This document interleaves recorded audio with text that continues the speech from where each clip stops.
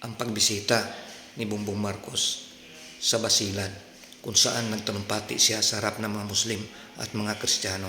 Kahit anong reliyon pa man natin, isang lahi lang tayo, Pilipino. Pero bago tayong patuloy mga boss, pa-support, pa-subscribe na ako sa akin channel. Maraming salamat. The diplomatic corps and the other NGO agencies who have joined us here today in commemoration for all of the assistances that they have provided in making BARM a success and in bringing peace to this area.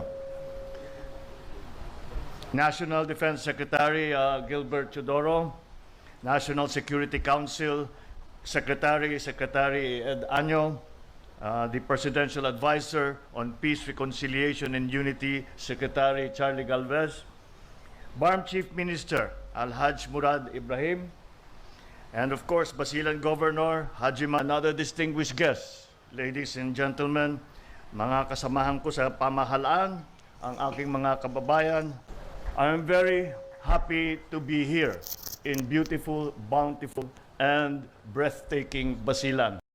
Our presence in today's event reaffirms the truth that what was once a ground zero of war is now turned into an epicenter of peace. A province that was once tainted by violence and terrorism is now a zone of peace, made possible not by military might, but more so by a people saying no to violence. Peace is more than just a cessation of hostilities. It is about the creation of a social order that values human dignity, improves lives, and promotes progress. Peace is totally achieved, not when the sound of gunfire has ended. It is when the clamor for better lives has been met. This is the kind of peace that we see the dawn of here in Basilan. This is the kind of peace where the depressing tally of the casualties of war has been replaced by the statistics of human development. The kind of peace that endures because it uproots the causes of people's discontent that purveyors of violence may want to exploit. This is the kind of peace that draws strength from the free will of the people instead of commanding their allegiance by force. Basilan has arrived at this junction of its proud history because it refused to be a place of violence. Like its ancestors who fended off colonizers, the Yakans, the Tausugs, the Chabacanos, repudiated modern-day terrorism that was trying to enslave them by enchanting them with lies. Attacked and threatened, the people of Basilan stood their ground again and again and again. They never ceded their communities, never surrendered the future to an ideology that clashes with the values that they hold dear. Kasama rin ang mga mamamayang Kristiyano ng Basilan na nanindigan sapagkat ang Kristyanismo at Islam ay parehong nakapundar sa malalim sa pananalig na salam. This is the kind of peace that we are witnessing in Basilan, of various faiths working together because people chose not to let diversity be a cause of division, but used it as a source of strength and solidarity. So amidst these triumphs, it is just fitting that a year ago, you unveiled the Kasanyangan Monument, not just a memorial of the hard road to peace or a manifesto of never going back to the path of violence, but a reminder of the long journey ahead that we have yet to undertake. But by your actions, you have honored the ideals that this monument stands for. Through your small arms and light weapons and assistance for security, peace, integration, and recovery for advanced human security in BARM, these programs, the province of Basilan and its partners have facilitated the surrender of more than 400 firearms in exchange for livelihood opportunities, the documentation of more than 4,000 high-powered and small weapons, and the processing of almost 200 licenses to own and to possess firearms. You have also facilitated the surrender of former ASG members. You have established greater control over the use and movement of weapons, fostering peace and order in the province. For that is how peace is strengthened, by disarmament, by decommissioning, by demobilization, in a society which has rejected arms as tools for political ends. I recognize our public servants in the provincial government of Basilan, the Office of the Presidential Advisor, Peace and Reconciliation and Unity, or PAPRU, the AFP, the PNP, and the community and religious leaders, including the volunteers for going above and beyond your call of duty.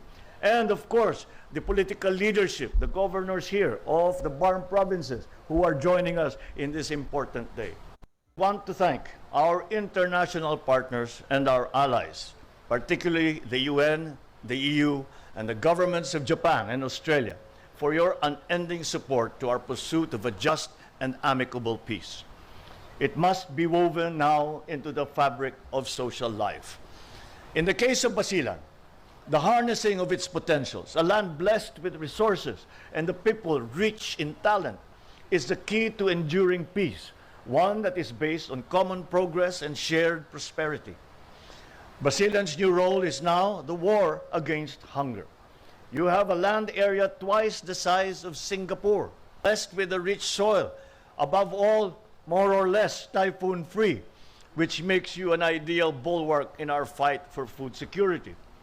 Ang kailangan lang ay tulungan ng Basilan para maging isang lubos na food and fisheries production center.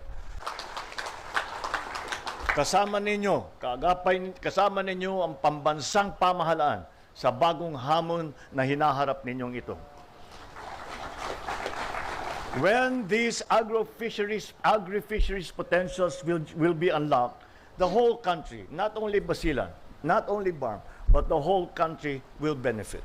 This makes Basilan no longer an island far south, but a very, very strategic island in the front and center of our national goals and our transformation. Your future and fate are therefore intertwined with the nation's. Please be assured that we will play our role as the partner of Basilan's great leap forward.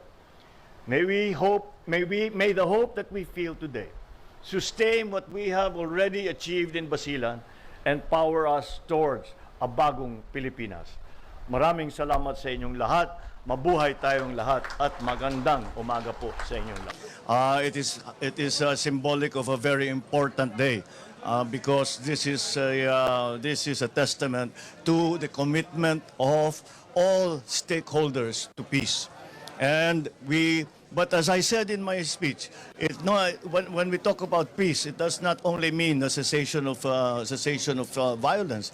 What it also means is that we, the national government and the local governments and the autonomous government, all work together to make sure that the livelihood and the progress will come to Basilan and all of the other provinces who were once areas of conflict.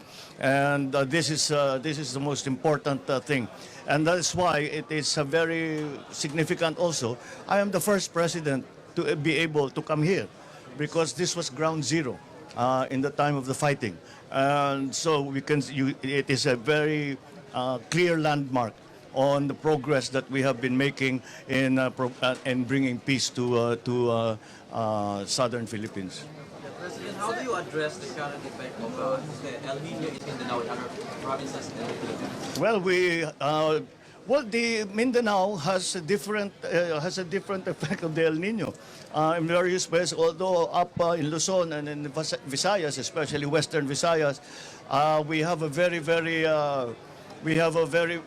large effect of drying up and water supply. Dito naman, dito sa South, kakabaha naman tayo.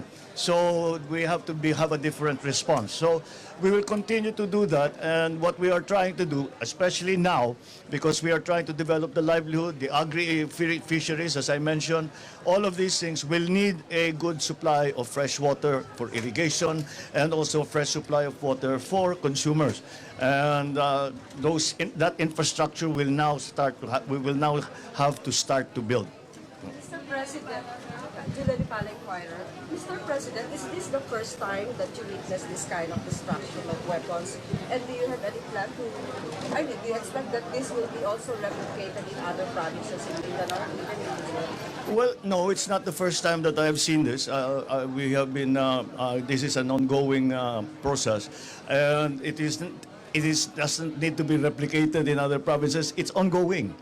This is continuously ongoing under the auspices of the United Nations, the EU, all of our partners abroad as observers to look at and see that the decommissioning of weapons continues. So patuloy lang. We are still ongoing in the process, and we are still trying to bring those who are still fighters to come down from the mountains and to join society. And we, for our part, will continue to support everything that they need in terms of housing, in terms of livelihood, in terms of schools, in terms of infrastructure. And that's the role that we will play. Sir, you had a meeting with the governors of BARM. Can you share to us what were discussed yung mga napag-usapan ninyo?